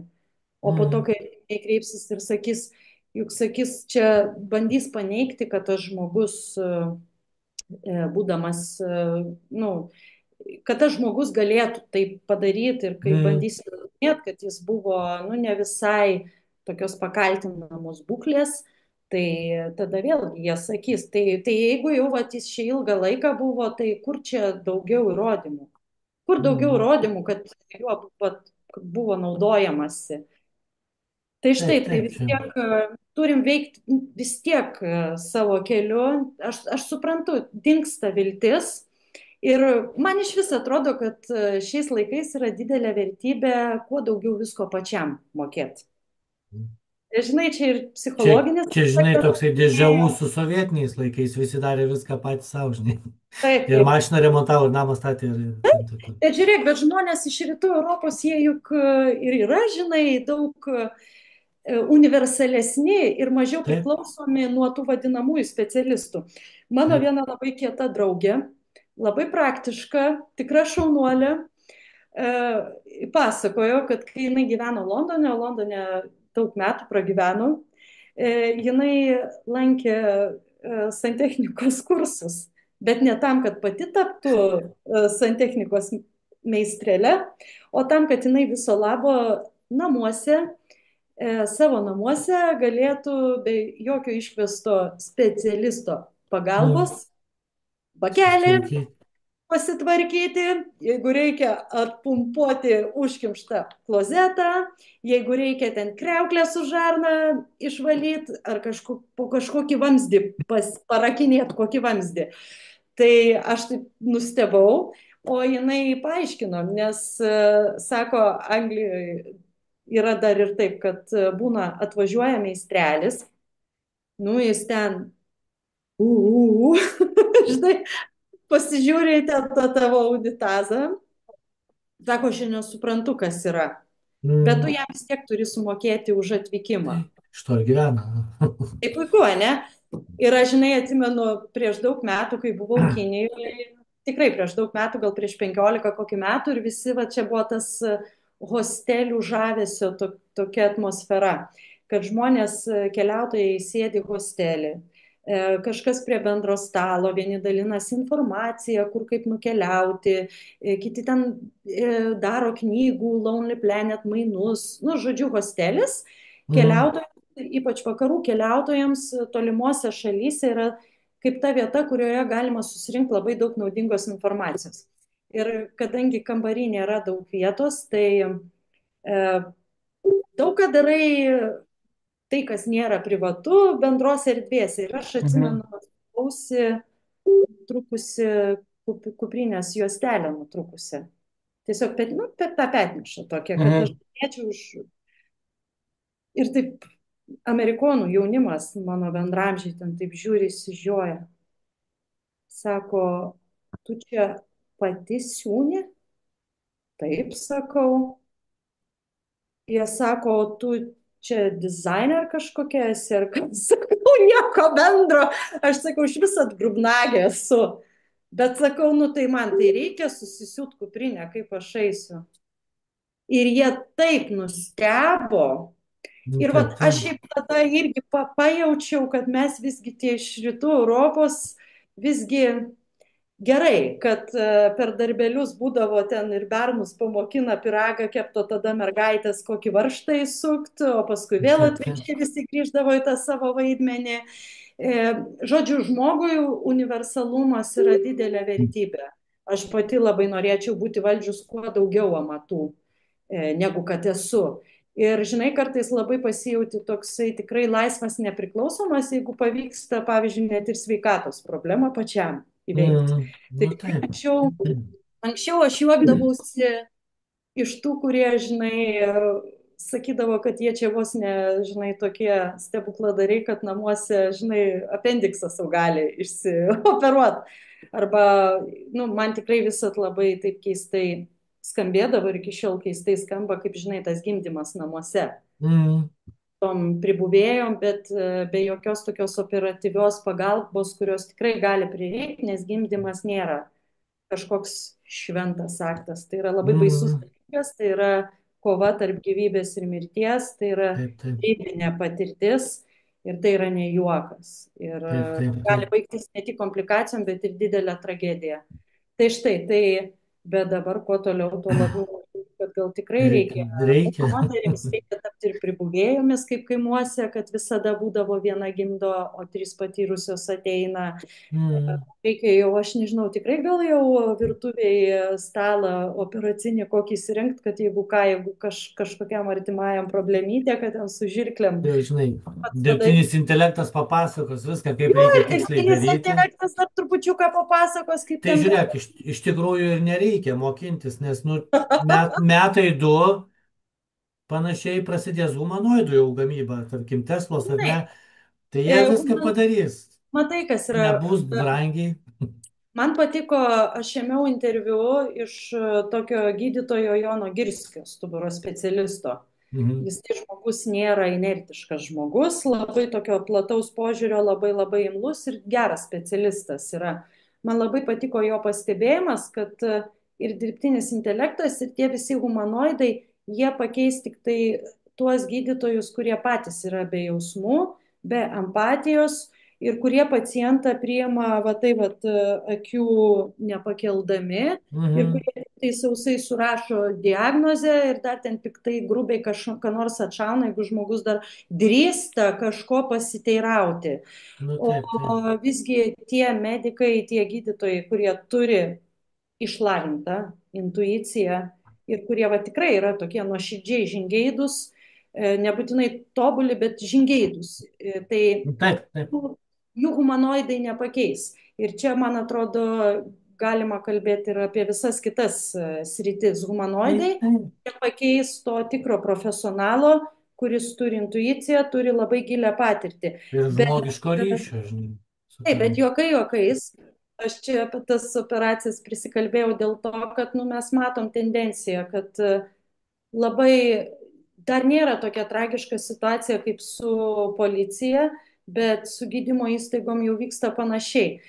Duok Dieve, dar gerai, kad dar yra chirurgų gerų, dar kad žmogui, jeigu didelė nelaimė, trauma, kažkoks lūžis, dar pas mus taip nėra, kad su lūžusia koja reiktų kelias paras laukti, kol tave ten išoperuos. Tai dar laikosi ta mūsų sveikatos apsaugos sistema, bet kur jinai jau sparčiai rytas ir čia jau nereikia turėti jokios gilios išvalgos, faktai kaip blynai ir daug kas tą patyrė, tai kad vat, tokiose chroniškų lygų ten gydime problemose, kur tau reikia kreiptis dar net ne į ligoninę, o viso labo tik į polikliniką, tai žinaigi, nu, kaip anegdotai plinta, kad žmogus gavo artimiausiam vizitui Už 2 metų. 2029 metais, kai jam yra baisu ir didelė problema dabar. Nu, Arba ten, mm. nu tikrai, tiesiog yra tragikomiškų situacijų. Tai kaip, aš manau, kad yra kvaila būti tokiam bejėgiam, kad negalėtum savo vaikų slogos išgydyti ar gripo Nu išgydyti. taip, taip. Tačiau kitos dėl kiekvieno ten snargliuko, žinai, kreipiasi tas gydytojas, tai čia jau iš tikrųjų yra eilių, žinai, sudarimas, bet ir tai jos turi teisę, nes jos yra Nu be mokesčių abejo, mokėtojos. taip, taip. Bet mano požiūriu jau yra nenormalu, kad kai tau kažkas tokio rimtesnio atsitiko ir tu negali nei šiandien, nei rytoj gauti tų paslaugų, tai kodėl tada vis tiek reikia mokėti sodrai tą fiksuotą sumą. Ai, Bet jeigu tu esi šį mėnesį nepajėgus dirbti tik dėl to, kad tavęs tas gydytojas, nu būtent. ne ta poliklinika, kurią tu išlaikai, negali tavęs priimti, tai čia jau tokia, čia, aš nežinau, čia klaunada visiška. Tai žinai, aš čia visiškai neseniai, man buvo toksai įvykis, aš vieną dieną atsikėliau Aš neturėdama gyvenime, neturėjusi rimtų sveikatos problemų, atsikėliau ir man vertygo visišką karuselę, žinai. Absoliuti Mhm. karuselė ir nepraeina. Ir nepraėjo vieną, antrą dieną, trečią dieną aš pati viską turėjau išsiaiškinti, kas man yra, nes mano poliklinikoje vietos neatsirado nei po kelių dienų, nei po savaitės. Norėjai privačiai išsimokėt. Specialistai. Tai ten aš susižinojau, kas buvo, ten tokie yra vidiniai ausies kristalai iškrenta. Nu, taip skamba labai keistai, magiškai, bet čia toks mechaninis dalykas. Ir, žodžiu, aš turėdama įgūdžių analizuoti ir turėdama įgūdžių dirbti su informacijos šaltiniais, aš susižinojau, kaip tą problemą įveikti. Mhm. YouTube'e atradau tokį specialų pratimą žmonėms, kurie patiria šitą problemą ir tą pratimą darant kiekvieną dieną, šita problema dingsta per kelias Nu, savaitės. bet nu, Tai savigyda. juokiamės, taip, juokiausi su artimaisiais, kad, nu va, pas privatų gydytoją būtų kainavusi tokia konsultacija su informacija apie tą pratimą 150 eurų. Tai gerai, Jeigu kad aš būtum dar dar ir pati gavęs. galėjau. Taip, bet žinai, nu visko patys irgi negalim, kad ir kaip norėtume. Tai Mhm. man labai gaila tų, kurie gal ir neturi galimybės, va, tarkim, kaip mano šeima, gydytis rytietiškomis vaistažolėmis ir kreiptis į kinų gydytojus arba į Tibeto medicinos gydytojus gyvenančius Azijoje, nes, pavyzdžiui, aš tai iš jūsų galiu sulaukti žymiai greičiau pagalbos, negu kad iš mūsų sveikatos apsaugos Jo. sistemos. Nebekalbant kai kuriais atvejais apie paslaugų kokybę, tai žinoma, kad gydytis vaistažolėmis, jeigu jos yra parengtos teisingai, tvarkingai ir profesionaliai, tai yra nepalyginamai Tai čia, geresnis dalykas, nes jos vat, neigiamo šalutinio poveikio ir jos kad nepridaro kitų nepamirštume, ligų. kad nepamirštume, parodė knygą, ten dalis informacijos yra Teisingai, taip, pasiekiama jūsų knygoje, ten tokių lengvų, tai dabar yra nei, knyga. dabar nesimato, žinai, kažkur, va, Ar taip, nesimato, tai va, pažaisim, o dabar aha, matom. aha, Taip, tai yra knyga Geografija transe, kurią parašiau aš ir Raimondas Dikčius. Knyga yra apie Azijos kultūras, apie kelionę iš rytų pasaulio į vakarų pasaulį, apie milžiniškus rytų ir vakarų kultūrų skirtumus, labai platus temų diapazonas, tai nėra mhm, kažkoks kelionių dienoraštis, bet kad vat, jau palėtėme tam atsitiktinai taip netyčia medicinos temą, tai ir priminsiu, kad knygos bendraautoris Raimondas Dikčius labai daug šioje knygoje pasakoja ir nuosekliai, sistemingai pasakoja apie tradicinę kinų mediciną ir mhm, apie gydymą vaistažolėmis, kadangi tai jau yra Raimondo sritis ir pati jo stipriausia tema, kurią jisai žinių sukaupė per daugybę metų ir jis Kinijoje ir studijavo tradicinę kinų mediciną ir visą laiką buvo ryšyje su šia sritimi praktiškai. Tai, nu, tai čia tiesiog taip netyčia išėjo išsiduot, kad nu, taip ir tas mano gyvenimas ir turinys atspindimas knygoje yra labai natūraliai susiję, nu nes tai va, daug taip, važiuoju į Aziją. Taip, ir dabar vat irgi dar spėjai pakalbinti, nes jau labai greitai išvyksiu į Indiją. Užtat mhm, tą progą aš kažkaip ir foną indišką pasidariau. mhm. Lauksim, Dėliu. lauksim sugrįžus istorijų, kokių pasakojimų. Taip, taip, būtinai pasidalinsiu istorijomis ir ačiū tau, Robertai. Ačiū, kad atėjai. 2 valandas mes čia net nebežinau dabar, žinok, iš tikrųjų. Beveik 2. Sakėm, valandėlę įsiteksim. O O, 1:40 gal. o, buvo. Laikas nubėgo, tai gerai, nu, tikėkime, perklausys žmonės, pasisems Jeigu patirties. pratęs į dvi dalis. Jo, iš kelių kartų dažniausiai ir žiūri žmonės per kelis kartus laidas, ne iš vieno. Tai ką, ačiū tau, ačiū, kas klausėt. Geros kelionės tau, lauksim įspūdžių. Viso. Iki visiems, iki kitų kartų.